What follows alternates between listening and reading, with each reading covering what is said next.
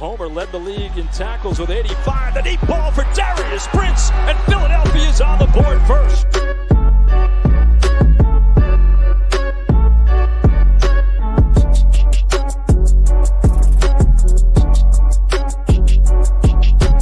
On the draw, this is Bryson Allen.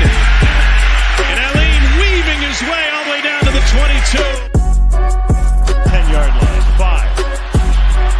Mayfield, Dancy, all around. Throwing as far as he can throw it. Jump ball coming. Crazy stuff. Not this time. And you want to be a wide receiver, you're going to have to take a little bit of a hit like that as Brown got him in that shoulder, but watch. Those are teeth. Do we have a dentist on staff here?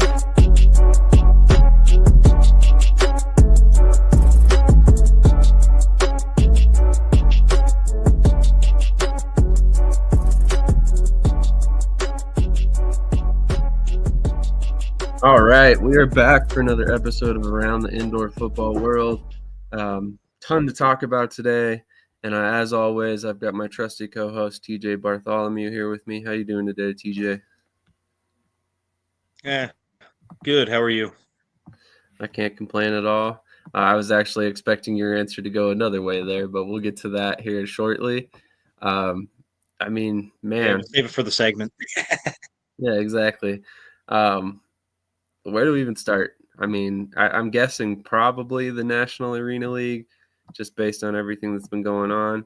What are your thoughts?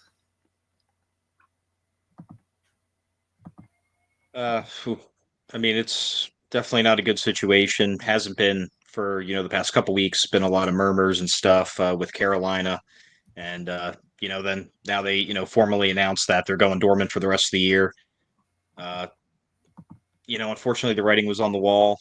Apparently, a lot of things came out, especially yesterday and on Thursday about, the team getting help and everything else, trying to make it work, but it was just, it was causing too much bleeding, to the league. So they basically told Carolina, hey, can you do this or not? They can't. So, it's just a really unfortunate situation, not just for them, but also for all the teams remaining that had them on their schedule, because now it's kind of a little bit of a scramble situation for not only the NAL, but also those teams that they were going to face. Absolutely. It's not a great situation from anybody's perspective, but it's just an interesting fall from grace over, such a quick period. John Kane and this group that's overseeing the team now overtook majority ownership this past season, or sorry, not this past season, but in 2023 at the end of the year, 2024, my fault, at the end of the season. And Rob Storm's, out of the organization. We start hearing whispers that, there were a lot more debts than maybe were disclosed, or maybe, some other things came up that were not expected. Maybe it wasn't from Storm, but there was just something out there that ultimately, caused Carolina to be spending a lot more money than they were expecting. I've been told that John Kane, at least at first, was not telling any vendor that came to him and told them that they were owed money from the previous ownership group, that he wasn't going to pay. Sometimes when ownership groups change hands, one owner will essentially, leave those problems, quote unquote, for the last guy, and basically kind of leave vendors to go after him. John Kane was not doing that in this situation. Apparently, he was basically trying to work out agreements with everybody and trying to pay them out of his pocket, which I think is an admirable thing to do. But ultimately, it seems like it's resulting in the end of the Cobras, with this announcement. So really kind of just a weird situation all the way around. We had been kind of very tied in with the Cobras last season, and it sounded like that they were going to do whatever they possibly could to make it work. And at this point, it just seems like something has changed inside the organization. A lot of people have been leaving. Earlier this week, we saw the resignation of Mike Bonner. So basically, as far as I knew, that left little to no coaches. And then we had heard, I think at the tail end of this week, that they were going to be calling up Carolina Predators players and coaches to make it through this weekend. So just a sad turn of events for Carolina, for the NAL. Obviously, this is a black eye on the National Arena League once again. They do, however, now have an even amount of teams. So I think realistically, it should work out pretty well for them when forming the schedule going forward. But yeah, like you said, Cobra's going dormant has already affected other teams. I mean, Shreveport was supposed to play them this upcoming week, and they've already put out a statement that they have had to reschedule the game. They're going to be doing a fan event instead, and they are not issuing refunds. So real quick, let's touch on that. Are you surprised to see Shreveport decide not to issue refunds, and do you think that could be a potential sticking point for the future for their fans? Absolutely. I mean, if the game is not happening, you should get a refund. I mean, I guess the last second nature of everything and how it went down, it definitely clouded things. I mean, maybe instead of not issuing a refund like they did, maybe give credit or you're allowed to use that said game ticket or stub for a future home game before the end of the season. That would have been awesome too. But just to straight up not just not issue a refund. That on If I was a fan of the team and I bought tickets and they said, "Oh yeah, they're null and void. Thanks for basically wasting your money," I'd be pretty steamed right now if I was in that. Yeah, I think it's an interesting decision. I mean, I like your idea a lot. Attendance is forever an issue when it comes to indoor football. So, I mean, now you're going to alienate some fans by not issuing a refund. I mean, if you're going to do that, then do exactly what you just said. Allow them to come to any home game that is not sold out in the future, for the rest of the game, just one game. And I'm sure those fans are going to be happy, at the end of the day. I'm sure there are some people that were traveling in or whatever to see the games, and maybe they're still angry about it, but at the same point, you satiate a good amount of the fan base by being able to do something like that. So I think that would be a good course of action for Shreveport to announce, and I think that would honestly help them twofold. One, you keep the fans happy. Two, you potentially get more fans at later games, which is a good thing. So that's definitely something to watch. But my next point on this specifically is, what do you do about the situation with Carolina dropping out now? I mean, you ultimately are in a situation where, you have this team leave. Do you just shuffle the schedule again for like a third time? Or is it a situation where you potentially, work out a partnership with a team like the Las Vegas Kings, or you see the Dallas Falcons on the schedule right here, and have them come in and fill some of the games? That way, you're not having to cancel or reschedule a bunch of stuff. I mean, what would you do if it were you? At this point, for me, if I was directly involved with the NAL, I don't think another schedule change or shuffle is the way to go. Especially since at the point of the season we're in, we're at the halfway point here. So uh, I I would I would probably try to strike up. I'll say officially, unofficially, whatever you want to call it, a deal. Like you pointed out with the Las Vegas Kings and Dallas Falcons already playing in some NAL games, see if they can help fill out the schedule. Maybe seek out other, teams that aren't necessarily in the NAL, but are also at a enough, talent level, like, the Kings and Falcons, that they feel like, yeah, we'll come in and play and, try our hardest to, make it a competitive game. But I really don't think shuffling the schedule again at this point would, especially with I mean, it'll basically be kind of like the AFL was last year, where at the end of the year, this team plays 8 or 9 games, this team has 10, this team, it's just going to muddy it, complicate it, just make it look, I hate to say it, but like a cheap product.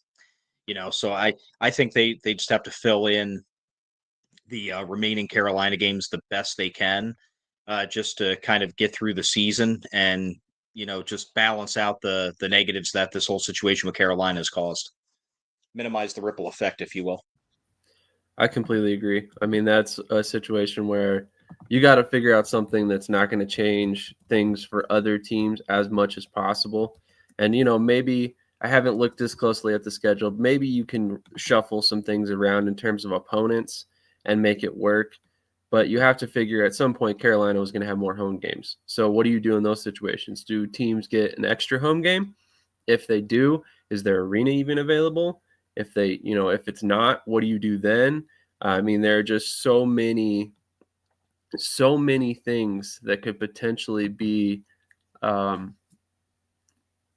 distracting factors to be able to just rotate scheduled games like this, later on in the season, especially while the season's going. I mean, it's just not an easy situation for anybody involved. Wiki points out Shreveport fans are already upset over not getting merch they ordered.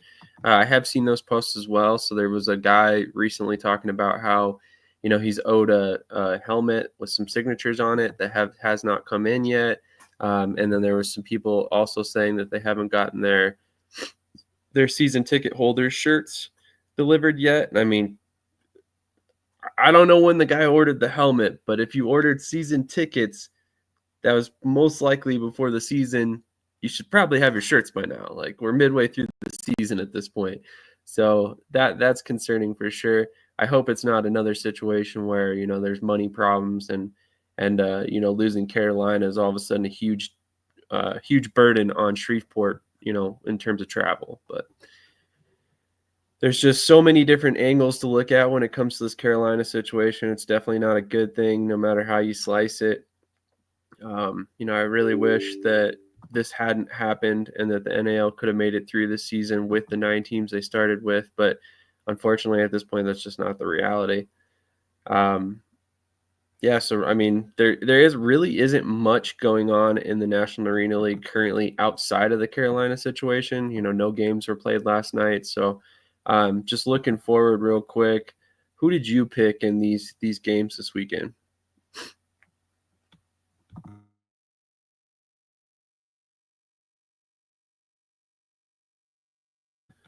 Got Shreveport versus Beaumont, Columbus versus Carolina.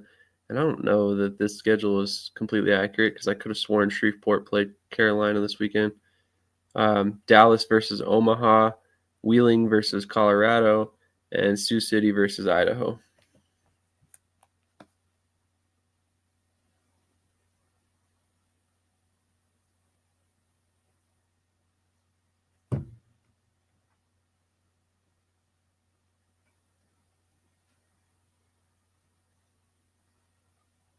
Did I lose you? Up, you were cutting out. Oh, I apologize. Who do you have winning these games? For this weekend, I'll have to relook at my picks here quick. 20. I mean, obviously, I have Idaho, beating the Kings this weekend. That's, no surprise. Then, I have Wheeling continuing on their hot streak that they're starting to roll with. And what was the other game? I guess it helps when you look at the right portion of the schedule. Carolina is playing Shreveport, or was going to. Yeah, so and I believe I picked Beaumont. Yeah, Beaumont over the Bandits as well. And then I'm seeing Columbus. I'm seeing Columbus bounce back against a pretty good Colorado team. Wow, high praise for Colorado there. One win and all of a sudden they're a totally different team. I actually picked. That's how it goes in the sports world, man. One week to the next, Isn't that true? I picked Shreveport, Beaumont, and Columbus. I did not pick the Idaho Kings game just based on the fact that it's a non-league game, so it wasn't on our pick'em sheet this week. But if I had to guess, it's going to be Idaho there. How competitive do you think this game ultimately ends up being? I mean, do the Kings just go in and get blown out like they did with Colorado? Do they come in and prove that they belong at the professional level? Obviously the reason I ask this is they were very near to becoming an AF1 team this past season. They were actually announcing themselves at one point, and then, the league kind of backed off that a little bit. So I'm curious, I mean, can they compete at the professional level, or is this a situation where we're going to see another blowout by Idaho? I don't see it being necessarily as bad as, we'll say, some of the games that we saw last night were, but I also don't see it, going down to the wire either. I see Idaho probably winning by, like 2 or 3 scores.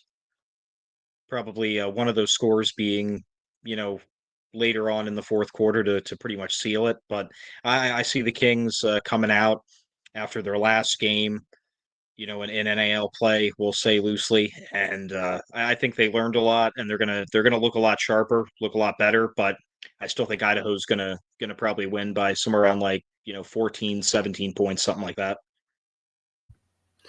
I tend to agree. Idaho looks like a lot better team this season than they did last year. Maybe if this is a conversation we're having last year, I'm not as confident in Idaho. Maybe it's a closer game, but so far this season they've played really well. They've gone to the wire with a team like Omaha, which is very talented. So there are some scenarios that make them look like they could definitely turn this into an ugly game quick, but kudos to Las Vegas for trying to get games like this on their schedule to kind of prove themselves as a potential professional team next season, if they decide to go that route again. But this is something to watch going forward because, like we just mentioned a moment ago, there's a potential that we see the Kings or the Dallas Falcons or a team like that start filling out a lot of these games for the National Arena League. It's not the first time they've done this. Obviously, that's why we have interleague games coming up already in the season. So, I mean, that's a logical solution for them if they don't want to shuffle the schedule too much again. Any final thoughts on any National Arena League topic before we move on to the next subject?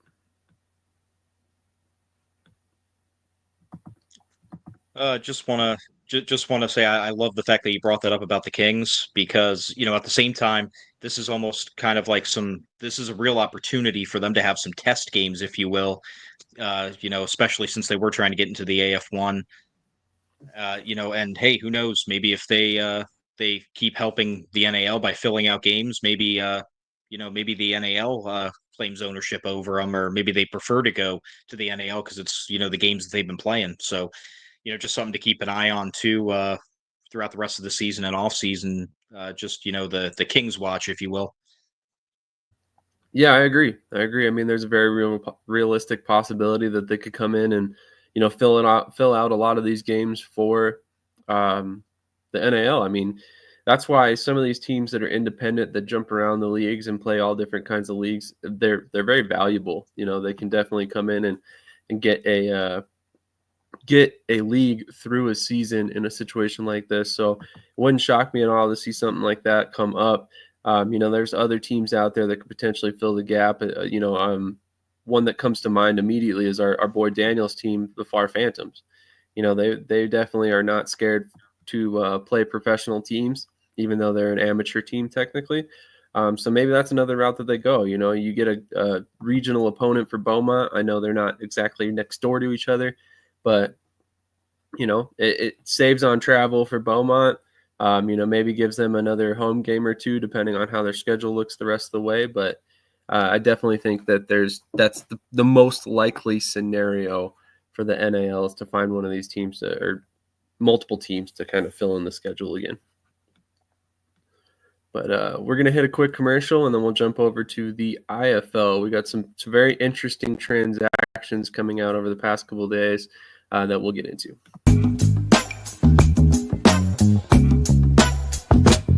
I'm just being myself, cool as can be. When I'm being myself, you wish you were me. It's so easy.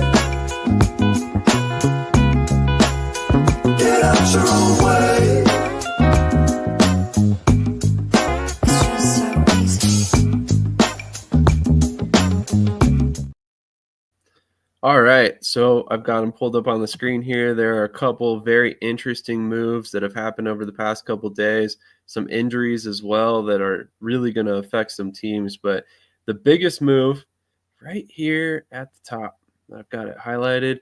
Malik Henry was released by the San Antonio Gunslingers, and they have instead signed Zachary Reeder to come in and be the 2 behind Guy Myers. We all know Henry was with Fuller before in Carolina. Um, what are your thoughts on this one? What do you think ended up contributing to the exit of Malik Henry from San Antonio?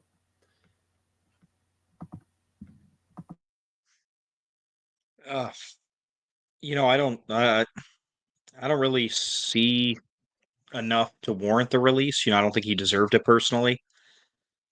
Supposedly he had been working on himself and had been doing a lot better as a person and a player as well. So, that move did kind of surprise me a little bit, to be honest with you. But I mean, they're bringing in Reader, who has IFL experience. So, the signing to essentially replace Malik Henry does make sense. It's kind of perplexing to me, to be honest with you. I agree. I'm just guessing there's a situation where, Henry didn't want to be a backup. And, to kind of point things out, I mean, after 4 games, San Antonio's the 10th ranked offense right now. They've only scored 18 offensive touchdowns. So, I mean, that's a concern for sure, considering the fact that a lot of the teams below them have only played 3 games. I know that Guy Myers entered the game as the main quarterback this past week and played really well. So I can understand why they opted to go with him.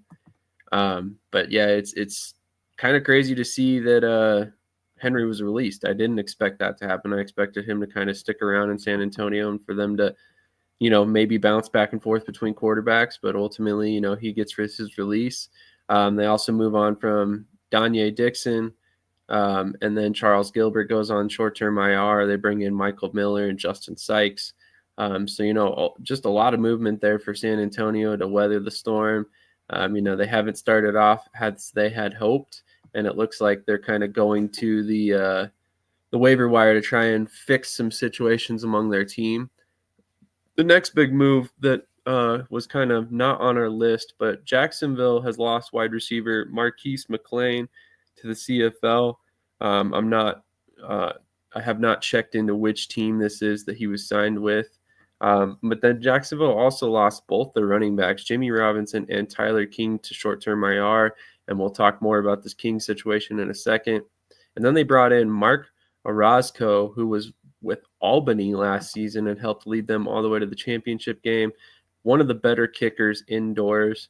What are your thoughts kind of overarching here on all these moves for Jacksonville?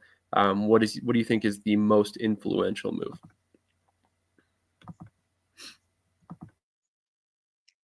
Well, I mean, first of all, congrats to Marquise McLean, for getting a shot and a look at the CFL. That's exactly what, these arena and indoor leagues want to do. They want to promote the player and help them on their football journey. So that's just an awesome story. He's definitely going to be missed in Jacksonville, though. That's for sure. Obviously, or else the CFL wouldn't be looking at him, right? But I would honestly say, excuse me, it's the pair of running backs being lost to short-term IR. Because obviously injuries are unfortunate and you never see them, it's always a possibility, but you never see them coming. And to have 2 running backs now on the short-term IR list, that definitely puts a knock on their offense. So I'll be interesting to see what they do, especially in the immediate future to kind of get past that little hurdle that they have to get past now. Absolutely. Big blow for Jacksonville. It's whose offense has kind of been up and down depending on the week. I think the injury at the running back position are going to be really hard for them to overcome. I mean, you don't only lose Jimmy Robinson, you lose Tyler King as well. Kind of both your backs that were going to split carries. Now you don't have anybody there. It'll be interesting to see if they make a move at running back or if they find other ways to work around that. We've seen indoor teams use wide receivers in that position in the past. So maybe that's the direction that they go. Mark Orozco could potentially be a game changer for Jacksonville heading forward. I mean, if he can continue to be as accurate as he was last season, he really, really could take Jacksonville over the edge of being a great team with very few questions, especially if they can start to get healthy down the stretch. They could really, really turn into a championship contender. So that's something to watch for sure. But more on that Tyler King situation. If you didn't catch it, there's been some back and forth between Massachusetts and Jacksonville over this past weekend. There's been people on the Jacksonville side of things calling Massachusetts classless, calling them thugs, all the same stuff that we've heard about Massachusetts in the past from other teams, Green Bay. It's an interesting situation because when I look at how everything unfolded, just basically, if you haven't caught it, Tyler King takes a big hit from a Massachusetts defender, and I don't think it was necessarily intentionally. Maybe it's just the former player in him, but Toby Johnson, the assistant head coach, and I believe he overlooks defensive line as well.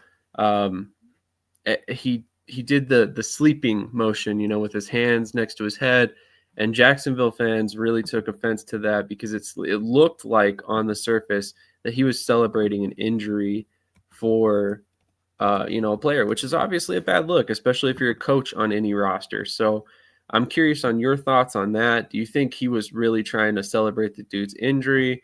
Do you think it's a miscommunication? What are your thoughts on that? I think it's a miscommunication. The timing of it was just not good. Honestly, I think he would have done it regardless. I think that was more or less just his reaction to the big hit, per se. You would definitely hope. I mean, players number one, but then of course coaches on the sideline and stuff like that. You definitely don't want to see this kind of a situation happen. Because when you're a coach, you're supposed to be that voice of reason, not contributing to the dismay, if you will. So I tend to err as a former coach on the side of not necessarily to defend him on it, but just the realization of I think it was just his way of kind of giving his guy that made the hit props and not aimed at the injury, because obviously you never cheer for an injury at any level, but especially again a level at the IFL level where you are hoping that they do move up. So hopefully, again, he's okay. Ultimately, that's the main thing. And I think it was just a miscommunication. I agree. I don't necessarily think that he was trying to celebrate the player being injured. I hate to assume that anybody was doing that, especially in the coaching space, but I can see why there's a misconception here. The timing of everything that he did, it definitely looked like he was trying to celebrate an injury. And, again, that's the worst possible look coming from any team. That's not something you want to see a team do.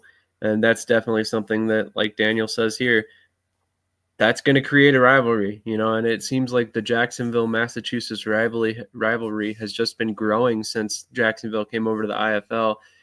So, I mean, that's another situation to watch going forward because Massachusetts doesn't have a whole lot of friends in the IFL. I'm not saying that they're going to leave the league or anything, but they are definitely kind of the quote-unquote bad boys of the league, and really just don't seem to care what other teams think of them. So Daniel also says sometimes these defensive coaches get a bit too animated on big hits, got to reel it in when a player stays down. Completely agree, Daniel, and that is something to kind of monitor going forward and see how Toby reacts in the future, if he says anything, stuff like that. He is kind of a vocal guy on social media, so I'm surprised there hasn't been something said on his part. But I did notice that some Jacksonville fans were all of a sudden being doxxed and some of their information was coming out. Let's just say not all of them are the best people in the world. So that's a whole nother aspect of this that we're not going to get into, but a couple more moves here. Vegas cycles some more defensive backs. It seems like they weren't happy with their coverage abilities early in the season. They made a couple moves last week that we talked about. Now they bring in another former, I believe he was with the Houston Roughnecks, if I remember correctly, defensive back, and Elijah Blades. And then they also signed Kyler Edwards, an offensive lineman, who I assume is going to be playing guard, 6'6", 321. He's definitely not going to be playing center, I don't think. But Trey asks, what's RTR? RTR means refuse to report. So basically, this is kind of a general designation. So if a player has to leave midseason because he's got a family situation going on or something like that, a lot of teams will put them on that refuse to report list because they can't technically report. And all it does is kind of provide an exemption for the team to then go out and sign another player. So a player who had to leave midseason isn't counting against their roster. So, in Tyrone House situation, I don't know if he'll be back to Tulsa, but from what I've been told behind the scenes, RTR is a little bit easier to rescind than maybe a league suspension would be if a player refuses to or cannot be at a game. So that is kind of a whole nother aspect of things in indoor football that is not an outdoor football thing. But what are your thoughts on the moves here by Vegas and overall how Vegas is doing so far this season?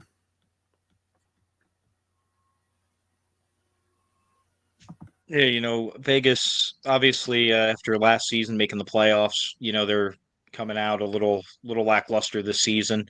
I do love the signing of Elijah Blades, though. He brings a lot of both outdoor and a little bit of indoor experience already to this team. And obviously, the guy was rostered in the NFL, so he has the ability, so it's definitely an upgrade at that position where they need it because they've allowed a lot of plays defensively over the top this season. A lot of just big catches in key moments where they could have potentially gotten the ball back and had a chance to take the lead or win a game. But instead, that big first down's picked up, busting coverage over the top, game sealing score. So I think this is Vegas doubling down while there's still, time in the season to right this kind of up and down ship that they've been on so far at the start of the season. Completely agree. I mean, at 1-2, you want to show that you're still very much in it. You don't want to kind of roll over and kind of give up on that. So, I mean, good for them to continue to try and cycle the roster and make it work. And ultimately they're not signing anybody who doesn't belong. That's the main thing that I think is so impressive about the way Vegas cycles their roster as injuries occur and stuff like that. I mean, you're bringing in guys that have, like you said, been on NFL, UFL rosters, been on CFL rosters, stuff like that. So just a really good situation there in Vegas where they technically have a short list that would be starters on most other teams. So impressive to see them continue to make things work as far as that goes. But moving on to the next big move here, and there's a lot of them this week. So, kind of bear with us. A lot of this is going to be talking about transaction stuff for the IFL. But moving on to NAS, you have a quarterback change. Christian Arambidi, I hope I pronounced that correctly. I apologize, Christian, if I didn't. Has been released. I believe this was technically his first season playing indoor football. I know he was with Billings for a little while last season, but didn't actually play on their team. I think he went over to Germany, if I'm not mistaken. Krish would definitely know the answer to that if he was here. Ramon Atkins returns to NAS after originally signing there last season, I believe, and ultimately going to Nashville. And then they also bring in Tyrone Patterson via trade with Quad Sudi for offensive lineman Raul Esperance. So what are your thoughts on the quarterback change here? I mean, obviously Atkins is probably going to start. How does that change things for NAS going forward? I think it's going to be an improvement. He brings indoor experience. He was, the 2022 Offensive Rookie of the Year. So he can definitely play. And it's definitely going to be an upgrade for an As team who, again, has kind of underperformed so far this season. And, obviously they've had some extra issues there, with, head coaching wise and stuff like that, the switch. But, I think this is their attempt, much like Vegas, to kind of right the ship early and get right back in it before they're looking up too far out of that hole. Yeah, I completely agree on that one. You look at last week, Northern Arizona only scored 24 points, lost by 20 to Tucson. The week before that, they lost by 22 points to Bay Area, only scored 28 points. It's been a very rough go for them so far. They're 0-3, and every single game they've lost by damn near 20 points. They lost to Fishers in week 2, 41-29. Have not scored over 30 points in 3 games this season. So they're definitely looking to try and get that offense back on track with the addition of Atkins. They've only scored 11 total touchdowns as a team through 3 games, which, if this was outdoor football, we'd be like, dang, okay, they're playing well. This is indoor football where you probably should have scored twice that by now. So just an insane turn of events for Northern Arizona, which, it seemed like prior seasons they could pull anybody out of a hat when it came to quarterback, and all of a sudden they'd be in the competition for Rookie of the Year. But with the coaching change there, things are kind of sliding back toward normality. And right now, they're going to a veteran quarterback to try and fix their issues. So interesting kind of change in philosophy there for Northern Arizona. But moving on to Tulsa, they've also seen a lot of moves happen over the past couple of days, including some ones involving rather large names. So at wide receiver, you've got a ton of turnover here. Tyrone Howe, RTR, like we just mentioned, so he's no longer available. You have Joshua Crockett going to coming off short-term IR. Faison McClurge goes back to the UFL. He's back with the Michigan Panthers, if I remember correctly. Speedy Gonzalez released, Jeremy Neal released, 2 veteran receivers. Then you also bring in Spencer Tiers at wide receiver. So, man, a ton of transactions there at wide receiver. How do you think this affects their team overall heading into next week when it comes to the offense?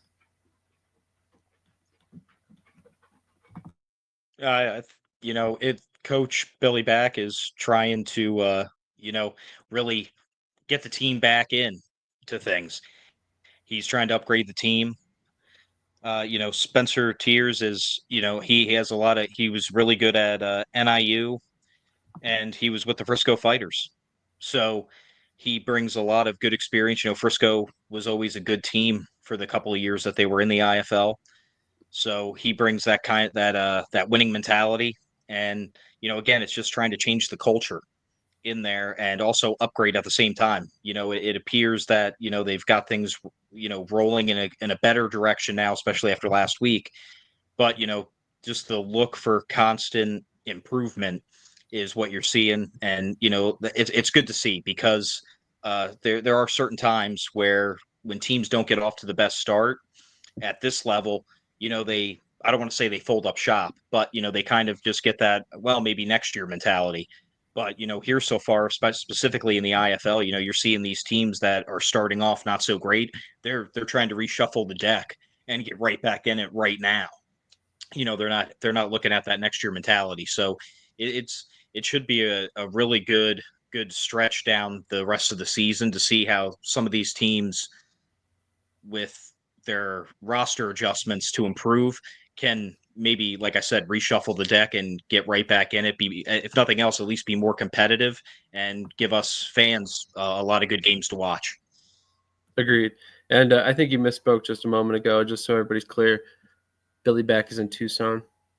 Marvin Jones in Tulsa. Just before anybody says that in the comments. That's okay. I know you know what you're talking about. I'm sure that you saw Tucson on the list there and immediately just kind of defaulted them, which they made a pretty interesting signing there too with Ahmad Lyons, solid defensive back that has been around the block a little bit. So Trey asks our thoughts on the Oilers so far. They're 2-2. They've had really competitive games so far this season. I don't think they've necessarily been in a situation where they got blown out by any team, and they're coming off record-setting attendance this past week. What are your overall thoughts on Tulsa so far this season? Again, they're really close. They're really close. Like you said, 2-2 on the season. So they're again, all the moves that they're doing, they're trying to reshuffle. They're trying to get over that hump, that cost them those 2 wins early on so far in the season. And I love the attendance. You saw earlier, Fisher Freight, almost selling out their arena. Now you see them with the the IFL does the fan belt or whatever each week. They had over 14K at their game. I mean, it's great. You're talking just about an overall sport resurgence, and you're seeing it first and foremost with the IFL.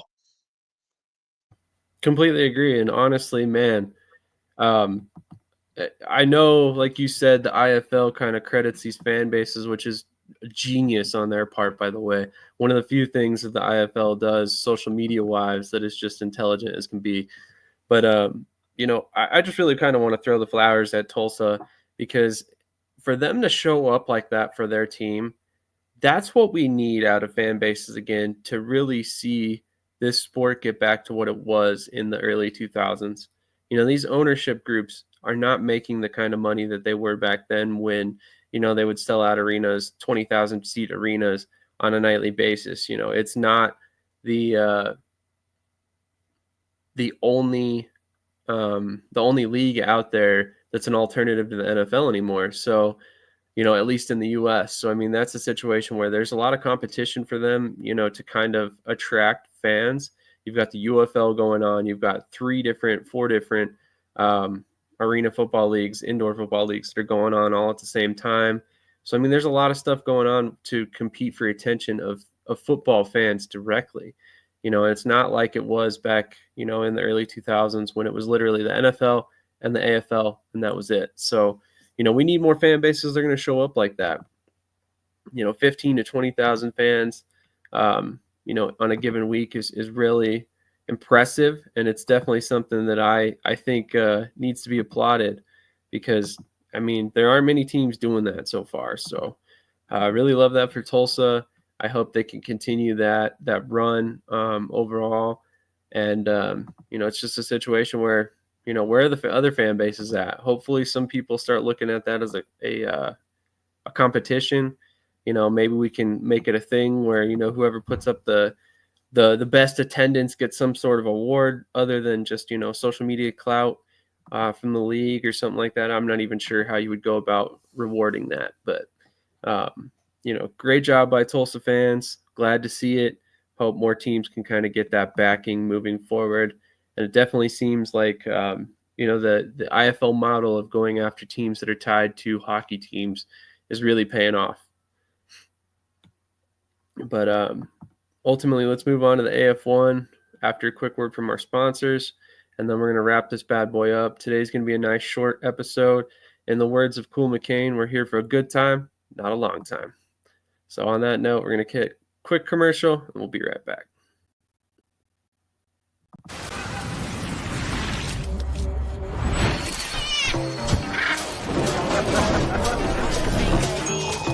In a world full of fakes, how to avoid buying fake items that look just like the real thing? Are you getting faked over? Experts say it's all in the details.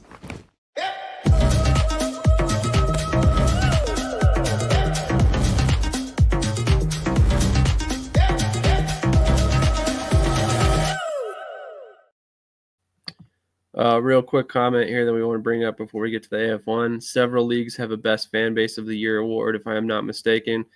You're probably correct on that. And if I misspoke and said they did not, I apologize. That was more kind of a dig at the social media attempts by the IFL, which always seem to be lackluster at best, in my personal opinion. I know I've been called a hater in the past for saying that, but the IFL social media definitely leave something to be desired. But moving on to the next league at hand, which is, of course, the AF1. We'll go ahead and pull up the last night's games. the elephant in the room. Let's just go ahead and start off with that. The elephant in the room was last night. Corpus Christi went to play Albany, and they got punched in the mouth pretty well, 100-12. So let's kind of talk about what led up to this situation. Do you wanna give us the rundown, TJ, and we'll kind of get into it? As Krish said, we're spilling the tea. Yeah, go for it. Yeah, there's been rumblings for a little while, that Corpus has been, struggling with, payments to players. I mean, I've been kind of hard on them just because I've been a fan for so long. And when you see their home arena and their dasher boards have like 5 sponsors on it, that's never a good sign. This is a league that, it's not like the outdoor game where they have TV deals with ESPN and Fox and FS1. You know, these leagues rely on fans showing up and sponsorship support, and quite frankly, I have seen really neither in Corpus Christi, which is unfortunate because coming in, they got Darius Prince. That was a big deal. They kind of did the Darius Prince watch. He had that Facebook Live reveal, and which team he was going to. So, I mean, they really built it up in the perfect way. But, now you hear all these things about, how Corpus Christi can't keep up with the players that they need to pay. Last night it all came to a head where they essentially had a replacement team play in their game. And, the result showed exactly that, 100-12. I'll say it with me grinding my teeth a little bit given the last 2 weeks, but Albany's the best team in the league, and you're going up against basically a replacement team with I believe there were some regularly rostered players that suited up, but I believe it was at least half the team were replacement players. So you get what you give, and Corpus Christi got theirs last night. Yeah, absolutely. To my knowledge, somebody can correct me if I'm wrong. I believe there were just over 15 regular Corpus Christi players. However, the ones that did not suit up last night just so happened to be very key members of the organization. I believe Fred Payton was one of them, their quarterback, who had been playing. I don't want to say that he's necessarily playing elite, but he's playing pretty good football. So that was obviously a reason why they were 3-1 heading into this game. They're now 3-2. So that's obviously tough. When you lose a guy like Darius Prince and he doesn't suit up for you, a guy like Dwayne Hollis, I think Aiden Johnson, the kicker, was also replaced earlier on this week. You look across that roster, and they had a lot of talented players that did not suit up last night. Now, do I think they win the game with those guys on the roster last night? No, I do not. I think this was going to be a win by Albany regardless. I just was hoping that Corpus Christi was going to be a lot more competitive in the game. And I got to be honest, you look at that score and you have to wonder if, the coaching staff in Albany was upset by the way that everything has gone down this past week. Questions about if the game's even going to happen. All these different situations that are just tough to deal with as an opposing team. And they went out there and laid a whooping down on Corpus Christi. And there's no other way to look at that. That's one of the highest deficits in arena football history per some experts out there. I believe Arena Football Fan mentioned that. And then there was also a couple other people that had brought it up as well. So, credit where it's due as far as that stuff goes. But, I knew Corpus Christi was going to get blown out when I heard some players were probably not suiting up, but that is next level for sure. But looking at some of the other games across the league last night, I mean, there was 3 different games on national television or national broadcast last night. So kind of awesome to see. But this Washington-Oregon game was very interesting. If I remember correctly, early on, Washington was blowing Oregon out. And then Oregon had kind of stormed back there for a minute, but still ultimately ended up losing the game. Early on in the Oregon game, there was no stream at all, and then all of a sudden it came back. So just realistically, this weekend of football so far for the AF1 has really had some major bumps in the road, outside of that Salina Billings game and hopefully today's Nashville Southwest Kansas game. But what are your thoughts on that Oregon Washington game and the overall quality of football when it was being broadcast in that game?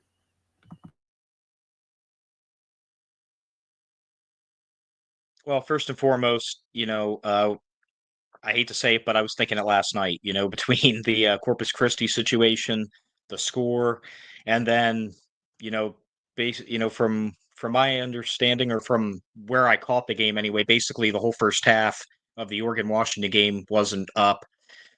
I was thinking the exact same thing. I was just like, oh man, this is a big L right now so far for the AF1, who's really been, for the most part, kind of doing more good than bad so far this season. But one thing I do want to say is when first off, when it was happening, they did get on social media and say they knew it was happening and they were doing their best to fix it ASAP, which I do like that level of transparency because, there are some leagues that don't do that. They'll just kind of let it happen and then fix it and then just to expect everyone to come back to it when they've already given up on it. So that was really awesome by the AF1 to be fully transparent and say, hey, we're working on it. We know, we're sorry. We're going to get this right. And they did. Oregon, by the time the stream started, they were down. I believe they were being shut out. In the second half, though, they did pull a little bit of a comeback. They made the game more respectful looking, and they kept playing, and they did turn it into a game. For the fourth quarter for a little bit. So that was good to see I guess you can call it second half resolve for Oregon to kind of say, yeah, we're not going to lose but this game by 40 points. We're gonna put our hearts out there and we're going to show some self-respect here and get this game close again. But something else I also wanted to point out too, I was looking during the game. I remember a few weeks ago, the first game in Oregon, when Commissioner Fisher said, hey, we got this game to go, but, we're sorry. We're going to do better here in Oregon next time. It did look better last night. It appeared that they had a much better dasher board and wall setup. They didn't have, I'm assuming, arena staff or team staff having to stand up against it, so it didn't shake a little bit on impact and everything else. And, the field, they had logos and stuff throughout it. So it wasn't, as I'll say, as much of a little bit of a visual mess. They had sponsorships covering up some of the spots that weren't the best on the field and things like that. So, I want to point that out. That way it doesn't seem like we're totally bashing the AF1. But yeah, at least the second half of that game was really good. And then, to jump to Billings and Salina, it was a good game. It was a back and forth game, easily, the premier game so far of this week, where neither team is really having, or stream as a whole wasn't having really any issues from start to finish. It was a good game. Southwick, right before halftime, and then right at the end of the game to seal it for Salina, had two huge red zone INTs. Both passes he threw into double coverage, and both passes he threw late on the wide receiver route. Something you never want to see, especially that game ender. The receiver broke out of the route. He was going to be open in the front corner of the end zone, but he waited until he was basically up against a wall, and then you have a DB just sitting there waiting to read the eyes and pick the quarterback off. So, obviously a lot of things did not go right for Billings, but, quarterback play has to be the number one focal point, in my opinion, this week for Billings, because they really were in that game and they had every opportunity to win. But again, credit to Salina because they forced the turnovers and the confusion, and they were getting at Southwick all game long. Last night, though, it was early in the fourth quarter, I believe. Possibly the touchdown in consideration for what I would say is a touchdown grab of the year. Wide receiver number 11, I believe, Brewer, broke out of his route. Southwick on that one threw the ball perfect. And DB was draped all over him, goes into the wall, holds on to it, kind of had that classic arena, pin the football up against the wall because you can situation. He comes down with it. It was an awesome grab, but little, not enough ultimately because Salina did pull off the win. Absolutely, and good on Salina. Glad to see that they're kind of back and competitive again. This Rakeem Cato edition has been clutch for them, for lack of a better term, because it really has changed the whole outlook of their offense. And I'm glad to see it because as far as I'm concerned, this league is a lot better when Salina's competitive. They're one of the teams that does it right. You never have to worry about if their games are going to be played or if their payers are paid, anything like that. So I would love to see them continue to be competitive going forward. It's good for the league on a whole, but ultimately they get their second win of the season. They're 2-4.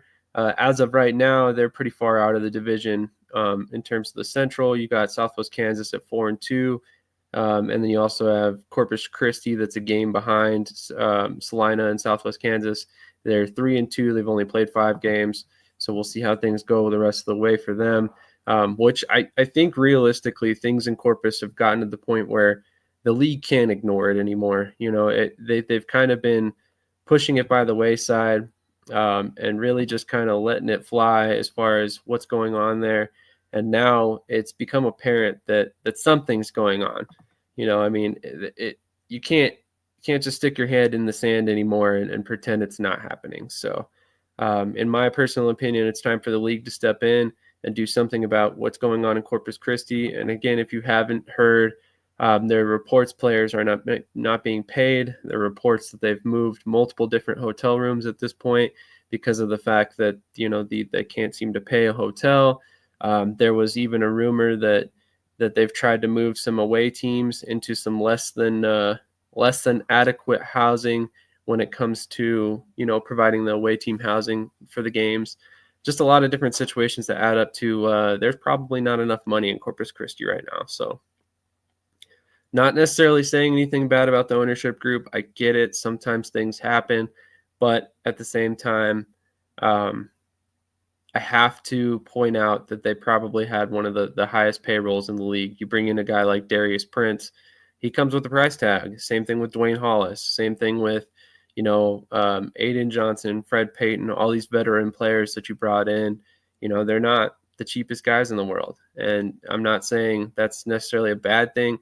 I kind of wonder if their thought process wasn't like, hey, we're going to go out, we're going to be one of the better teams in the league. We're going to start off 3-0 and, the fans will show up, they'll support us, and, that'll kind of buoy the ship moving forward. And maybe that was the thought process, but ultimately has not panned out. And it's honestly getting to the point of where it's going to be a spectacular failure if they end up having to shutter their doors, because at this point, how do you face your fans or the players when you're running out of capital to back the team this early in the season, and you had such a high payroll? That's something that's got to be tough from an ownership perspective. But what are your thoughts overall on the Corpus Christi situation? What would you do if you were the AF1 after last night?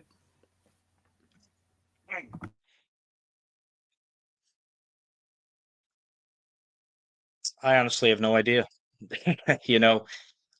Initially my first thought would be to basically tell them, hey, either, get things right, pay up, or fold. But, they've already had a few teams, right before the start of the season drop. They're standing at 8 right now. So, I'm not sure if the AF1 is on enough financial footing to kind of take over the team. I'm sure, every league has some kind of clause in it, or at least they better have it, where, if teams don't stand up to step up for their obligations, the league can intervene. But, I would hope that if it does not cause too much bleeding to other teams and the league, if they could try to get Corpus Christi at least to finish out the season, just so that way, much like we were talking earlier about the NAL, with, scheduling and everything else, and, the backlash of another team, folding. I think they got to try to figure it out so that way Corpus can at least stay for the rest of the season, and then obviously uh, take a very hard look and really reevaluate, Corpus Christi and the ownership before any decision is obviously made before next season. Yeah, I agree. I mean, it's definitely a situation where you have to wonder how much can the league afford to lose to keep them going? And I mean, do you even want to keep them going? Is there an agreement where the Corpus Christi has to pay you back? Do you even trust that? I mean, man, I don't know what the right move is at this point for the league, and I don't want to sit here and say I think I have the perfect solution for that, because I don't think there is a perfect solution for this. Anytime you run into a situation where a team's on the verge of potentially not being a team anymore, to me, you've sidestepped a lot of checks and balances already to that point. So, why are we allowing it to get to this point is the biggest question that I have about this whole situation. I feel like there should have been more indication this was coming, especially behind the scenes. There's stuff that the league knows that we don't, and vice versa sometimes. So they had to have known enough to realize that they needed to step in. But to me, this is very similar to the Wichita situation earlier this season. Wichita was signing a bunch of veterans, and ultimately it looked like, from the outside looking in, it looked like their payroll was going to be enormous because, again, veteran players typically are not playing the game for a couple $100. They're the ones that are, commanding bigger salaries, closer to $1,000 a game. Not saying all these guys are making that, but that's a burden when it comes to an ownership group if you don't have very solid financial backing. And that's what happened in Wichita. They were overpromising. They weren't going to be able to deliver all of that. If their investors didn't work out exactly as planned, and it sounds like an investor was not willing to jump on board after all, and ultimately the team suffered the consequences. But with Corpus Christi, I had heard as late as last week that they were telling players that they needed to just hold on, one more week. We've got investors coming in they're going to help us take care of payroll and stuff like that. And I don't know if that fell through because of the news that was out there about Corpus already, or what the situation is at this point. But it's concerning. This is a league that at one point I believe had 12 team announced, or was it 14 teams? So you had Stockton, Monterey, I believe Wilkes-Barre. 12, I think, this year. Yeah, I think it was 12. Wichita. Yeah, so it was 12. Yeah, because they pushed 2 back to the start of next season, I think. Yeah. And actually, it was just announced, so in a good piece of news, it was just announced that Stockton is diligently working toward playing in 2026 in the AF1. So, hopefully they continue to do things correctly. Obviously it's never a good thing when you have to push a franchise off another year. But to me, that shows that they're making an effort to do things correctly to avoid a situation like Corpus Christi or Wichita, and know that they can back everything they're doing financially. So that's a positive for sure. So, man, I mean, there's just a lot to unpack there, and realistically, it's just a crazy situation to see unfold, especially for Corpus Christi. I mean, I feel like in hindsight, it's becoming very clear why they were let go from the NAL. And you have to really question, again, the vetting process by the AF1, given that situation. If the National and Arena League is kicking them out that close to the schedule announcement, you have to wonder, what sort of vetting the AF1 did. We heard at the time that it was based on scheduling. Now with everything coming out, I have to really wonder if that was the case, or if, the NAL basically just kind of let them use that as their excuse. So, man, just an unfortunate situation all the way around. I hate it for the coaches. I hate it for the players. If I had a word of advice for any players, and I'm sure TJ would back this up, research the team you're going to play for. If it looks too good to be true on paper, it probably is. I mean, if the franchise owners that you are going to play for are coming from another league that was much cheaper to operate in, I'm not saying don't sign with that team. I'm just saying do your due diligence. Oftentimes there are ownership groups in this world that just can't back up. Their eyes are bigger than their stomach, for lack of a better term. They want everything in the world to be done as professional as possible, but their bank account can't back that up. And I think this is one of those situations where, you got a bunch of, for lack of a better term, normal guys, blue collar type owners coming together to try and own this team. And they simply don't have, they don't have $1 million in the bank to turn around and be like, hey, let's just tap into this and, we'll make it work for the rest of the season. So that's one of the things that is definitely concerning going forward. You really have to find a way to fix this vetting process for the AF1. And you could say the same thing about the NAL as well, although to a lesser extent at this point, I think. But realistically, there's got to be a solution for this. We have got to find a way to quit having teams fold or have these problems mid-season going forward, especially if you want to continue to grow the game. But like I said, this is going to be kind of a shorter episode. So any final thoughts from you, TJ, before we move on and kind of get out of here for the day? Oh, I apologize. Real quick before we get out of here. Just What's your pick for tonight's game, Nashville and Southwest Kansas? Man, I'm riding with our bet, man. It's they got some things cooking the last couple weeks, so I'm picking Nashville. Colcomania, as it's been dubbed on Twitter. So definitely going to be a much better game, I think, this time around than it was in week 0. So I've got Southwest Kansas. I was telling people this week I'm kind of driving the hype train for Southwest Kansas, and that's not going to stop anytime soon. So I'm hoping that they get another win here and really kind of go on a run and prove they're better than a lot of people want to give them credit for. As of right now, they have the second best record in the league. I will point that out, but that could change quickly. So they got a tough stretch coming up. Nashville this week, Billings twice after that, and then Washington, which looks like a completely different team than they were early in the season as well. So now, any final thoughts before we get out of here? Just thanks everyone who's tuned in and commented, and hey, get ready, man, because we have a loaded Saturday of both indoor and outdoor games. So it's going to be a fun day. Agreed. Plus the final day of the draft. So quite a bit of football stuff today. Super excited for another great day of football. And then, we're kind of moving into the playoff stretch here in a couple of these leagues, which it only gets better from there. So thank you, everybody who tuned in. If you haven't done so already, make sure you hit the like button wherever you're watching, whether it's Twitter, LinkedIn, Twitch, Facebook, YouTube. All of it matters. It all tells that platform to push this content out to new viewers and helps us continue to grow, which is the ultimate goal for us here. And then tune in next Saturday. We'll see you bright and early next Saturday to discuss all the latest news. I actually will not be on next episode. It sounds like Krish is kind of going to drive that episode. So there's going to be a lot of hot takes and fiery things said. So you definitely want to tune in for that episode. TJ, thank you once again for your time this morning.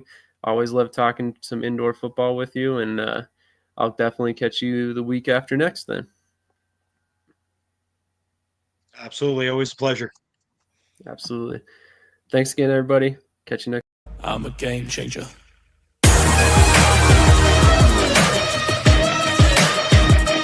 Game changer. I'm a game changer. I'm a game changer. I'm a game changer.